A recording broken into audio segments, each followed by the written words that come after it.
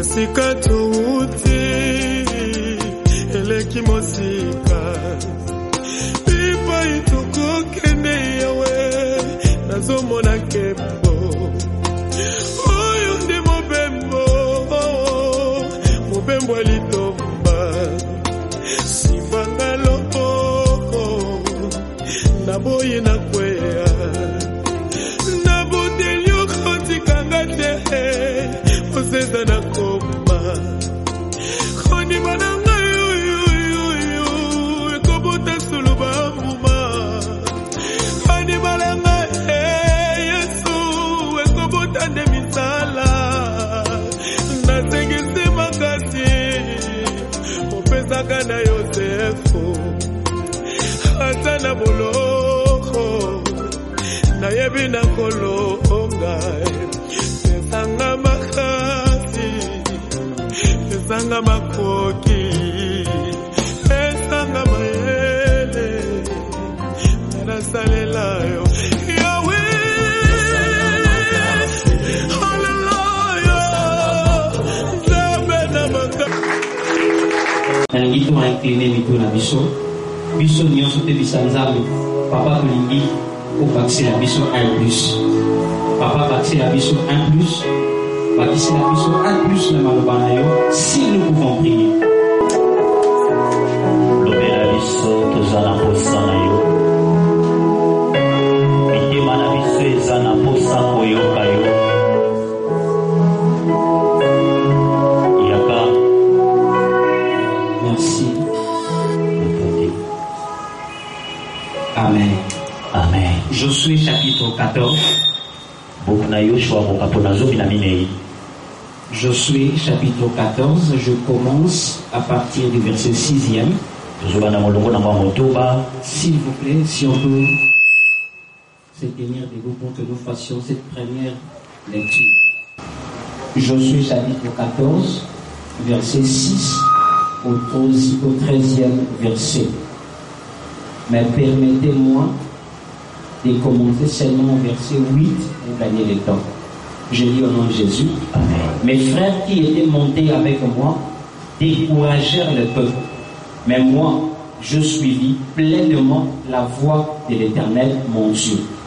Et ces jours-là, Moïse jura en disant, les pays que ton pied a foulés sera ton héritage à perpétuité pour toi et pour tes enfants, parce que tu as suivi pleinement la voie de l'Éternel, mon Dieu.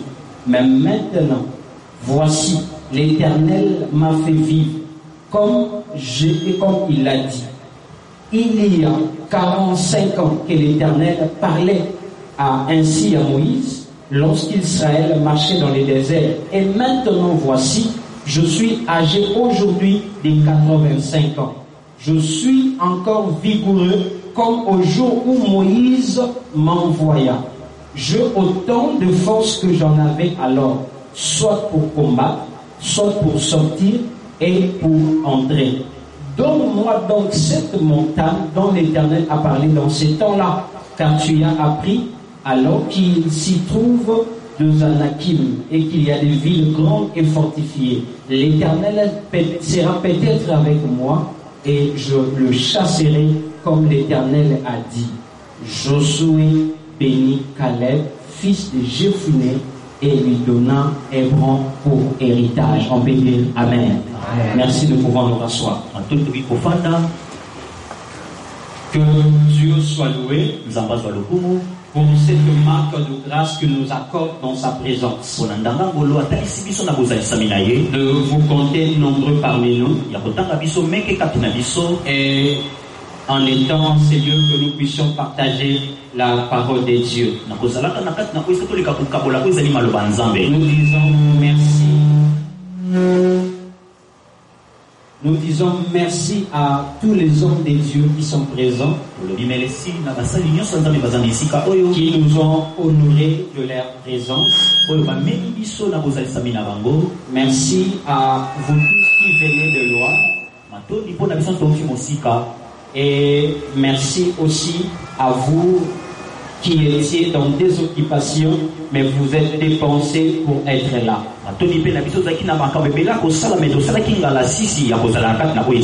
Que Dieu bénisse aussi la présence de sa servante qui est ma tante paternelle qui vient de très loin. Que Dieu vous bénisse.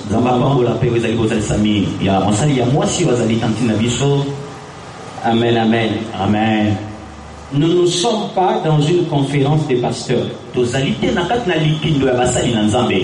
ne sommes pas dans un programme qui réunit des gens qui sont bourrés, je ne sais comment, de certaines capacités de la terre. Mais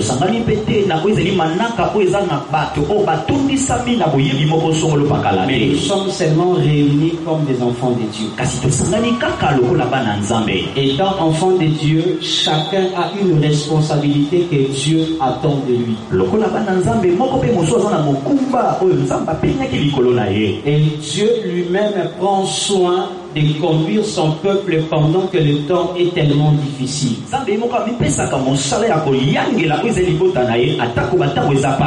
Et je ne me tiens pas debout au devant de vous avec une quelconque connaissance. Mais nous sommes devant vous parce que nous avons seulement un fardeau. Et ce fardeau-là, nous voulons le partager comme enfants de Dieu, comme Église de Dieu. Or, chaque fardeau que Dieu donne dans un temps révèle aussi un danger, mais révèle aussi un bénéfice de la part de Dieu pour ses enfants.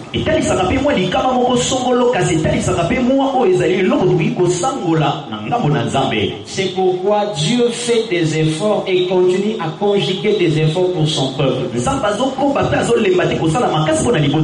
Car le chèque d'une personne commence quand il a sa mémoire toutes ses qualités. Mais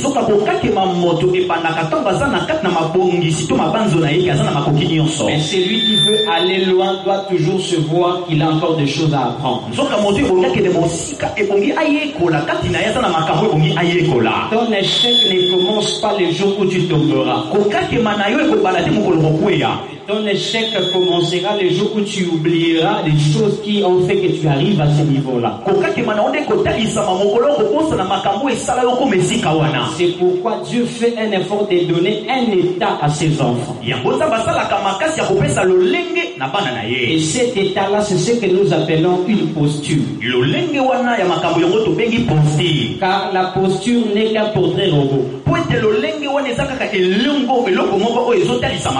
La posture n'est qu'un état, n'est qu'une manière.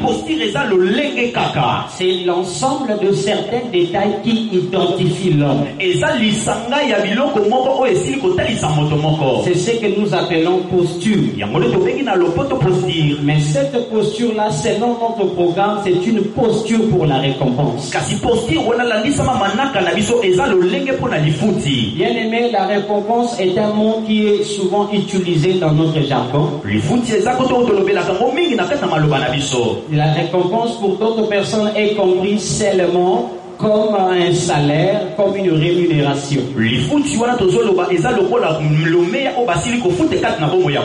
quand vous allez plus loin, vous allez comprendre que la récompense n'est pas seulement une rémunération, mais la récompense est ce qu'on ajoute à ce qu'on doit à l'homme. C'est comme un superflu qu'on ajoute à une personne. Dans le domaine professionnel, on peut appeler cela comme une prime de fidélité.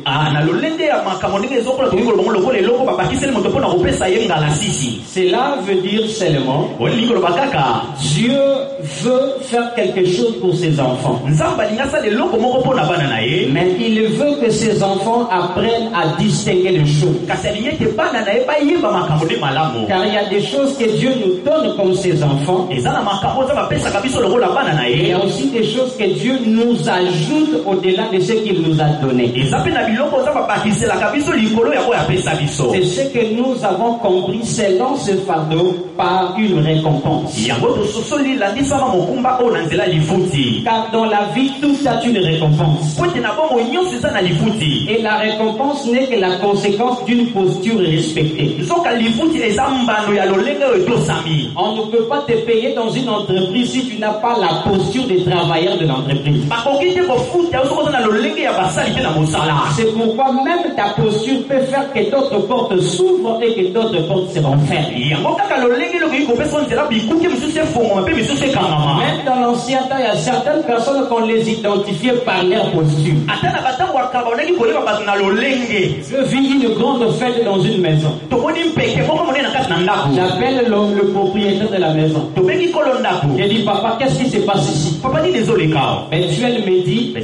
parce que je veux recevoir un grand homme égyptien. Pour na ngina mamota monene na kombo égyptiano. Un grand homme égyptien comment? Moto monene ndenge Il nini. dit, en fait, moi je ne le connais pas, mais c'est ma fille Sephora qui m'a dit que c'était l'Égyptien. Nga na yebi ete meza mwana nga mwasi c'est comme de l'Israël asa mo égyptiano. Et j'appelle l'Égyptien, j'ai dit, j'appelle Sephora pour me dire, quel est cet Égyptien que vous recevez? Tobengi c'est votre égyptien ni lozo yamba. Sephora me dit, C'est vrai yanoli. c'est Moïse. Et ça Mose. J'ai dit, Moïse comment? Mose ndenge nini. Alors que dans l'ADN de Moïse, Nzoka na makila Mose. ce n'est pas un Asa égyptiano te. mais c'est un juif, Asa moyuda. c'est un hébreu. Asa moto nebelo. Mais comment toi tu l'appelles égyptien? Ndenge yo bengi moto égyptien. Sephora me répond, C'est vrai yanoli. quand j'ai regardé sa posture, Tango na moni lolenge to la quand j'ai regardé sa manière de s'habiller, lolenge na kolata. j'ai compris que c'était un égyptien. Tozo kaka ki moto Ce égyptiano. que j'ai compris, il y a certaines postures qui viennent de Dieu, Et ça balemu to te pa na il y a nzambe. certaines postures qui viennent des temps et les circonstances, Et ça balemu to ba to pe ba ko tango. il y a aussi certaines postures qui viennent du diable. Et ça pe na ba lolenge uti pa kanya peba. C'est pourquoi quand nous parlons sur une posture, c'est que Dieu est en train de nous interpeller afin que chaque personne puisse veiller sur son état. Car si la posture a pour conséquence la récompense, c'est que de la posture à la récompense, il y a des choses qui doivent être respectées. Alléluia. Amen. La posture à la récompense, il y a des choses qui doivent se respecter. Si elles ne se respectent pas, la récompense existera, mais elle ne sera pas donnée. Et l'histoire que nous venons de lire, la Bible dit qu'il s'agissait d'un peuple qui a accédé dans la terre promise. C'est le peuple des enfants d'Israël. Les enfants d'Israël, vous connaissez, ils ont connu un parcours tellement compliqué. Dieu leur avait promis par l'entreprise d'Abraham qu'ils hériteraient une terre promise.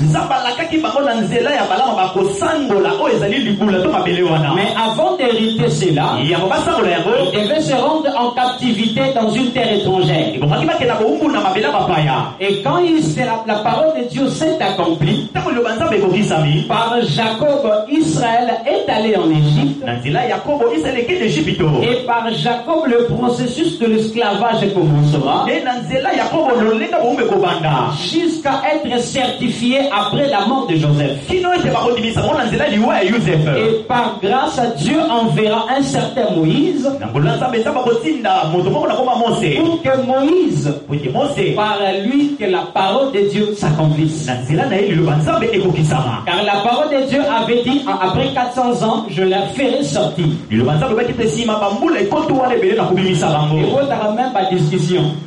Quelqu'un parle de 400 ans, on va parler de 430 ans. Nous avons quand même 22h juste là, 22h59 et à la ligne. 22h. Là, il faut 23h. Ok. Et quand la parole s'est accomplie ainsi, la Bible dit ils ont accédé à Canaan. Et quand ils accèdent là-bas, C'est là où maintenant le problème commence. Quand ils accèdent dans Canaan, la Bible nous fait comprendre. Moïse maintenant devait commencer à faire, Josué devait commencer à faire la répartition. Il devait repartir la terre dont Moïse avait dit avant d'accéder. Et quand ils sont arrivés là-bas, il passa dans la répartition. Mais après cela, nous allons voir une tribu qui s'approchera. La Bible précise bien, c'était la tribu de Juda. La tribu de Juda s'est présentée devant Josué pour dire à Josué par l'entremise de Caleb. Écoute ce que Caleb dit. Caleb s'approche de Josué et commence à lui dire: je sais que tu es mon frère. Je sais qu'on a fait un grand parcours ensemble avec toi. Mais aujourd'hui, je ne te parle pas comme mon frère. Je te parle comme mon leader. Tu sais ce jour-là, quand Moïse était encore vivant, Moïse avait parlé en ce qui me concerne et en ce qui te concerne.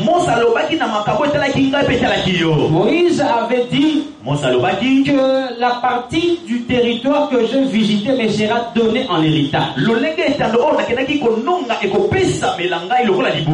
Parce que je me suis distingué de tous mes frères qui m'ont accompagné lors de l'espionnage là-bas sur la terre de Canaan. Maintenant, quand Moïse avait dit ces choses, moi j'avais, à cette époque-là, j'avais 45 ans. J'avais 40 ans dans cette époque-là. Et quand il a parlé, et aujourd'hui, la parole s'est accomplie. J'ai 45 ans. Mais écoute, là où nous avons trouvé la pensée que Dieu nous a donnée pour que nous partagions. J'avais 40 ans quand Moïse a parlé. Mais maintenant, il y a 45 années qui se sont écoulées. J'ai la même force. C'est là où le problème commence. J'avais 40 ans et maintenant j'ai 45 ans. Tu sais que quand il avait parlé, je n'avais pas cet âge. Tu sais quand il avait parlé, je n'avais pas ces manières. Mais aujourd'hui, pendant que je te parle, je n'ai plus ce même âge-là. J'ai un autre âge. Mais en moi, il y a quelque chose qui n'a pas bougé. C'est ma force. Je suis encore vigoureux. C'est-à-dire, il y a deux générations qui se sont écoulées. Mais moi, j'ai encore la même force. Or, quand nous parlons sur la posture de la récompense, cela veut dire il y a quelque chose que toi tu dois manifester afin de recevoir cette récompense. C'est que la récompense, elle est là. Elle ne s'étonne pas seulement parce que tu as parlé, mais elle s'étonne parce que tu as prouvé ce que tu dis. J'aimerais dire à quelqu'un, il y a certaines choses que tu te donneras. Non parce que tu as prié, mais parce que ta prière a respecté ta manière d'être. Bien-aimé, écoute-moi. Il y a d'autres choses que Dieu ne le fera pas avec toi. Seulement parce que tu es prédicateur. Seulement parce que tu es son enfant.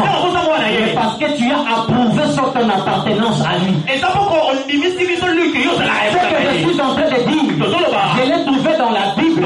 J'ai vu un papa qui voulait mourir. Il dit, je dois récompenser mes enfants. Mais je ne peux pas te récompenser seulement parce que tu es mon enfant.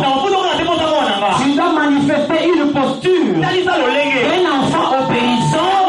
Et je te donnerai la récompense en toi. Je dis, papa, tu n'es pas bien. Il dit, non, c'est le principe. Si tu veux recevoir un plus venant du Père, Dieu est le Dieu de tout le monde. Et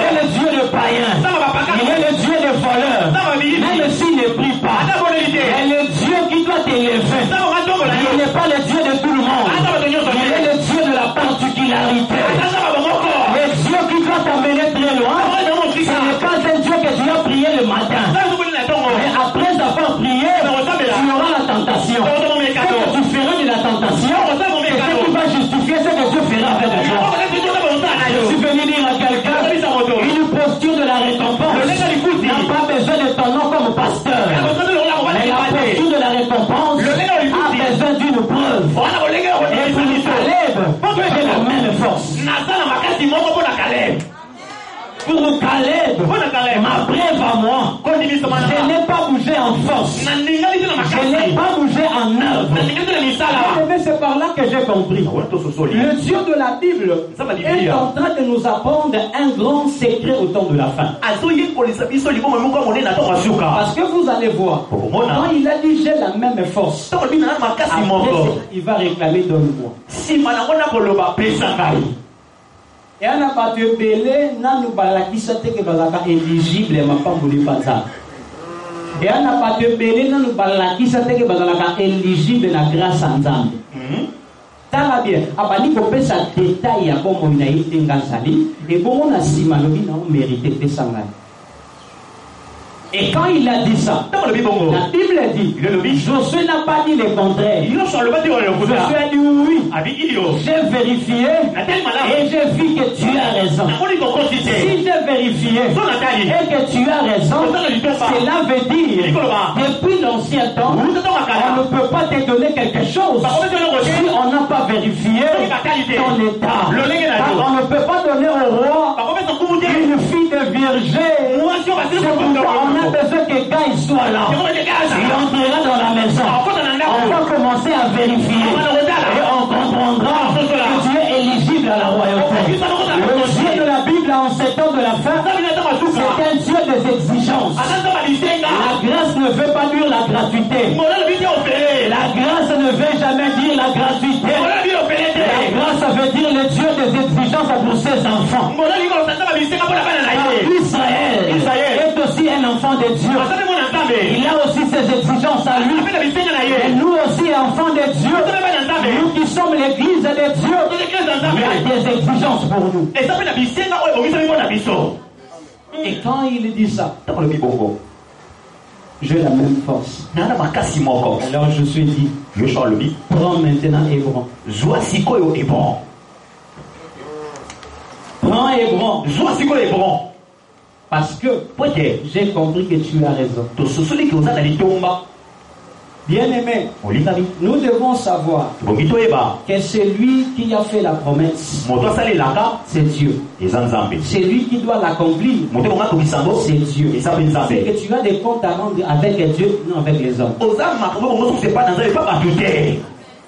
Bien-aimé, tu as des comptes à rendre avec Dieu. Tu n'as des comptes à rendre à personne. Ni à ton église, ni à ton pasteur, ni à tes aînés. Mais tu as des comptes à rendre à Dieu. À cause des comptes à rendre à Dieu, c'est pourquoi je me comporte bien devant mon pasteur. C'est pourquoi je me comporte bien devant l'église. Parce que c'est le devoir de mémoire. Et non le contraire. Ce que j'ai compris dans ce discours, qui est un grand secret avant la récompense au temps de la fin, je l'ai appelé la constance. Yes. La constance. Bien aimé, Dieu nous apprend par Caleb la constance. Alléluia. Amen. Mais quand Caleb disait ça, il y a de cela 45 ans qui se sont écoulés. Cela veut dire que ce n'est pas chose facile. Mais c'est la voie obligatoire avant la récompense.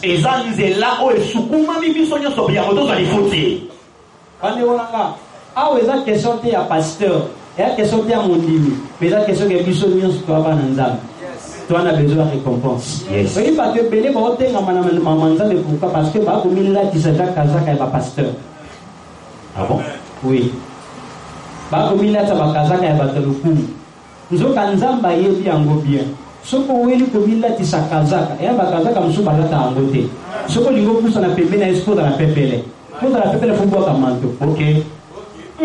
Ah oui. Et bakazaka musoko ba bantu Bartimée. Et vous m'imagez que le musique au Nanza. Il faut à un certain temps le mot là ba honneur aux akanango, le mot là ba autorité aux akanango, le mot ba respect ba pe sakayo, mais tikala sembo liboso anza. Amen. Alléluia. Amen. Alléluia. Amen. Le long de Monanga, la seule chose que Dieu nous demande, c'est la constance. Et ça coûte la oui. La constance. Que ce soit dans le ministère, Dieu attend de toi la constance. Quelle que soit dans ta vie chrétienne, Dieu attend de toi la constance. Quel que soit dans le petit service en minuscule que tu fais pour Dieu, Dieu attend de toi la constance. Dieu ne veut pas que tu grandisses. Dieu veut que tu grandisses dans la relation avec lui. Et dans le respect des exigences. Ne grandis jamais. Comme tu as commencé hier, reste dans la même chose. Parce que si tu veux aller très loin avec Dieu, ne jette jamais les bâtons que Dieu t'avait donnés. Car si tu jettes ces bâtons-là devant le magicien de Pharaon, quel est le bâton que tu jeteras? C'est la seule chose que Dieu te demande.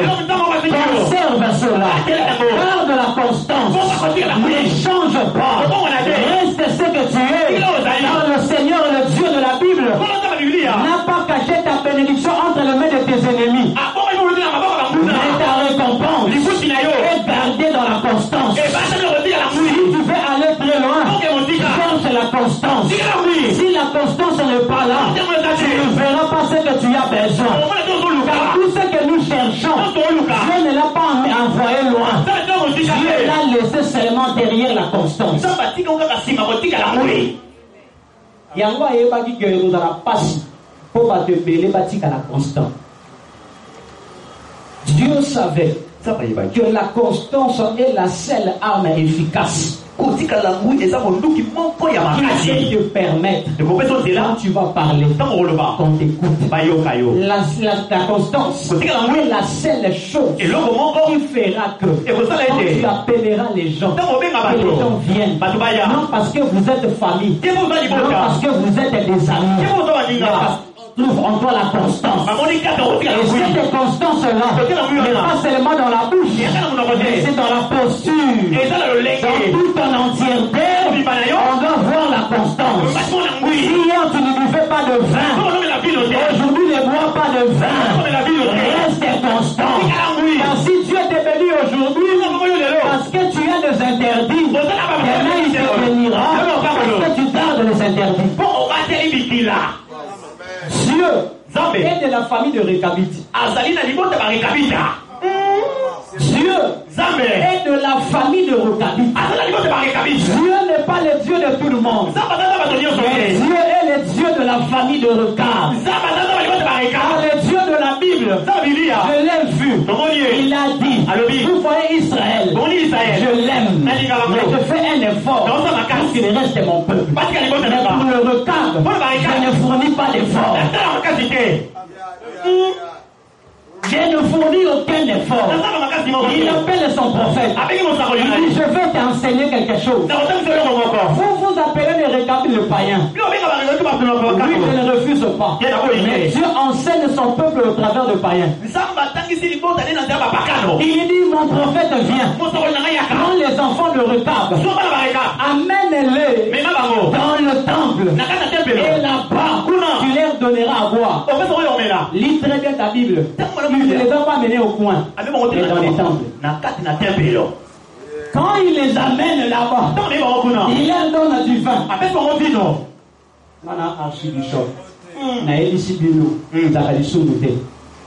D'ailleurs,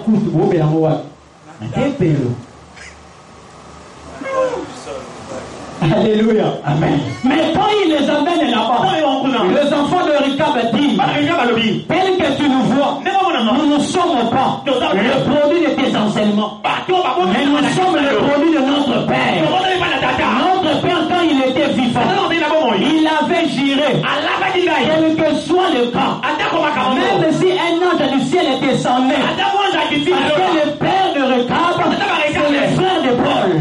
Paul avait dit, même quand un ange du ciel venez vous annoncer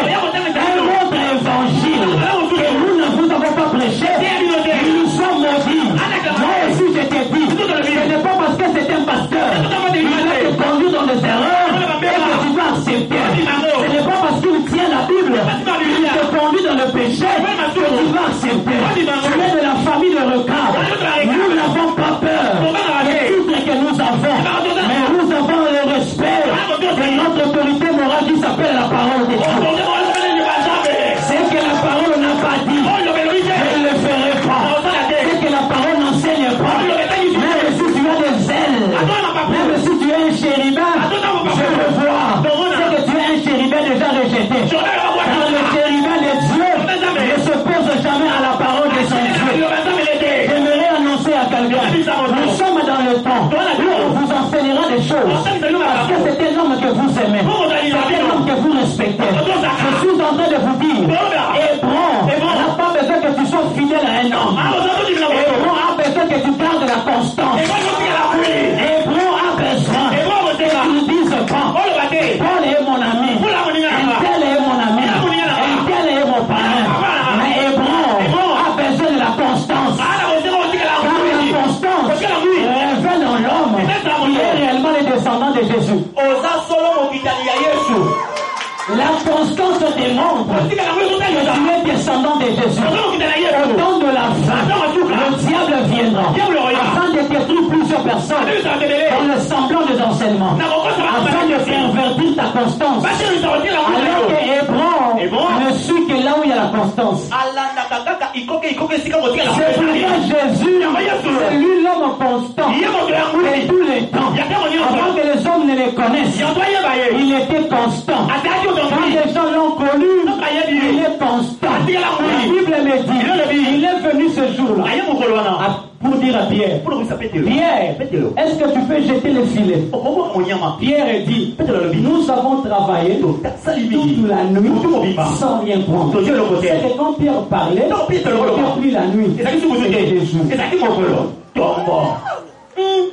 Ce n'était plus le jour. Il jette le filet.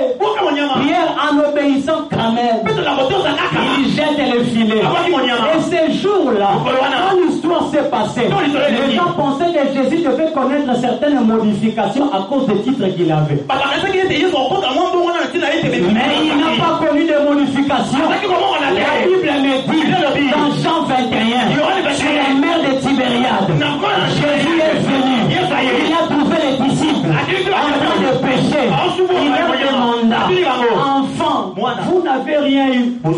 Écoute la réponse de ce même disciple. Nous avons péché toute la nuit. C'est Jésus était venu quand? Les jours. C'est-à-dire, nous offrons beaucoup de poissons. Ta posture l'oblige de venir toujours pendant la journée. Quand il vient pendant la journée, c'est que ce jour-là j'ai compris. Le travail des disciples durant toute la nuit, c'était le temps de la loi. C'était les 3 jours où Lazare était encore dans le tombeau. Et il devait venir le 4e jour. Car le soleil fut créé le 4e jour. Quand il vient le 4e jour, celui qui était dans les ténèbres, il devait sortir. Car quand Jésus vient, comme la lumière, les ténèbres doivent laisser la place. Comme les ténèbres étaient la mort devait laisser la place à la vie qui était Jésus-Christ. C'est Jésus, c'est l'homme constant de génération en génération. C'est pourquoi il fait que comme il est, nous soyons comme lui. Amen.